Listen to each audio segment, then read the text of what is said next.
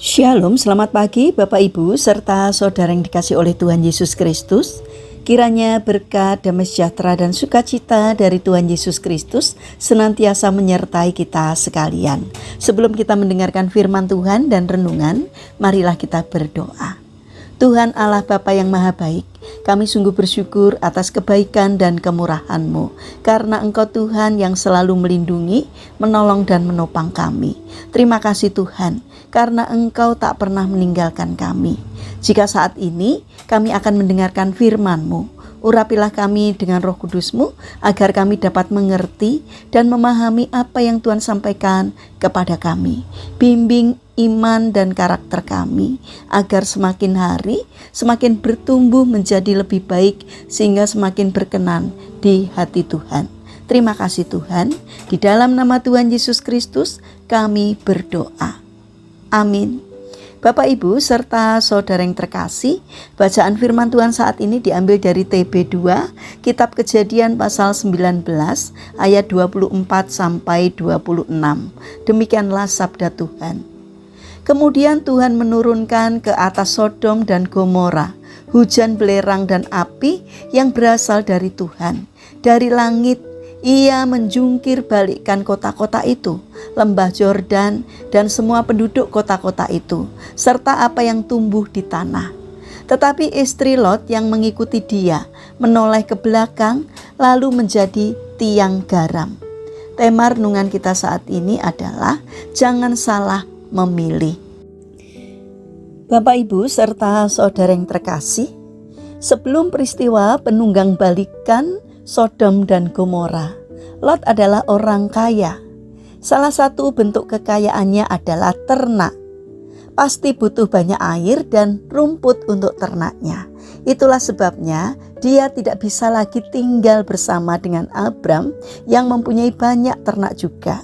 Kalau tinggal bersama, yang ada hanya perkelahian antar gembala mereka untuk memperebutkan sumur dan padang rumput.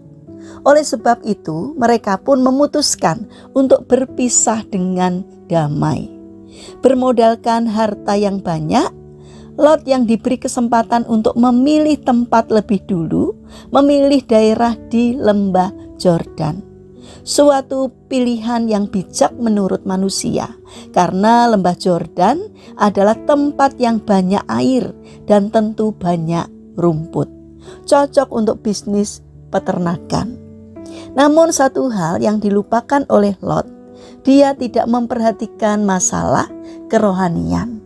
Dia tidak menyadari bahwa di lembah Yordan ada kota maksiat, yaitu Sodom dan Gomora. Kemaksiatan kota itu adalah dalam bentuk pesta pora dan homoseks. Inilah yang sebetulnya menjadi kunci mengapa Lot keluar dari sana dengan tangan kosong. Sebenarnya banyak waktu yang dimiliki oleh Lot untuk meninggalkan daerah itu. Alkitab menyebutkan bahwa setiap hari Lot bertahan untuk hidup benar, sekalipun pengaruh lingkungan begitu kuat. 2 Petrus 2 ayat 7 dan 8. Namun Lot tidak segera bertindak. Dia tetap berbisnis di situ. Lot sekarang berada di dalam bahaya besar. Bukan saja pengaruh perbuatan dosa orang-orang Sodom dan Gomora, tetapi juga karena Tuhan hendak menghujani kota-kota tersebut dengan belerang dan api.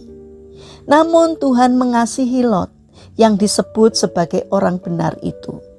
Dengan mengirimkan malaikatnya, Tuhan menyelamatkan Lot dan keluarganya. Tuhan sayang kepada Lot dan keluarganya, tetapi tidak dengan kekayaannya.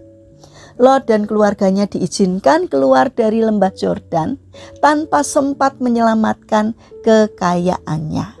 Kekayaan Lot tinggal kedua anak perempuannya setelah istrinya pun harus menjadi tiang garam karena ketidakpercayaan dan ketidaktaatan kepada firman Tuhan. Dalam dunia bisnis, bisa dikatakan bahwa Lot mengalami pailit, masuk dengan tangan penuh, keluar dengan tangan kosong. Bapak, Ibu, serta saudara yang dikasihi oleh Tuhan Yesus Kristus, jika kita sekarang berbisnis, jangan pernah meninggalkan masalah kerohanian dalam memutuskan sesuatu. Bahkan ketika kesempatan sudah ada di depan mata, perhitungkan juga apakah itu akan membuat kerohanian kita meningkat atau tidak. Ingat, tidak semua yang baik dan menguntungkan menurut pandangan mata manusia adalah benar seperti itu. Jangan membahayakan diri dengan bermain di tempat atau dengan orang-orang yang tidak berkenan di hadapan Tuhan. Jangan sampai kita bangkrut di kemudian hari hanya karena kita salah memilih. Mari kita biasakan untuk meminta hikmat dan petunjuk dari Tuhan, agar di dalam kita mengambil keputusan apapun seturut dengan pimpinan Tuhan dan bukan menurut keinginan diri kita sendiri. Mari kita berdoa. Tuhan Yesus yang Maha Baik, berilah kami hikmat untuk memilih apa yang akan kami kerjakan. Sebab mata kami sangat terbatas untuk mengetahui apakah pilihan kami itu baik atau tidak bagi kerohanian kami. Bimbinglah kami sehingga dalam mengambil keputusan kami dapat menentukan yang benar menurut apa yang menjadi kehendak Tuhan. Terima kasih Bapa. Saat ini kami berdoa untuk saudara-saudara kami yang mengalami lemah fisik. Kiranya Tuhan berbelas kasih untuk menjamah dan menyembuhkannya. Saat ini kami berdoa untuk bangsa dan negara kami. Kiranya Tuhan memberikan hikmat kepada para pemimpin, para pejabat pemerintahan, agar di dalam menjalankan tugasnya seturut dengan pimpinan Tuhan. Terima kasih Tuhan. Saat ini kami ingin serahkan seluruh aktivitas kami hari ini ke dalam tangan-Mu. Kami mohon Tuhan menyertai, Tuhan menolong dan memberkati. Sehingga apapun yang kami kerjakan boleh mendatangkan berkat, tidak hanya bagi diri kami, namun juga bagi sesama kami. Terlebih tolonglah agar apa yang kami lakukan boleh berkenan di hati Tuhan. Terima kasih Tuhan, kami serahkan seluruh doa dan permohonan kami hanya di dalam nama Tuhan Yesus Kristus. Amin. Puji Tuhan Bapak Ibu serta saudara yang terkasih, kiranya firman Tuhan dan renungan hari ini dapat menjadi berkat bagi kita semua. Haleluya.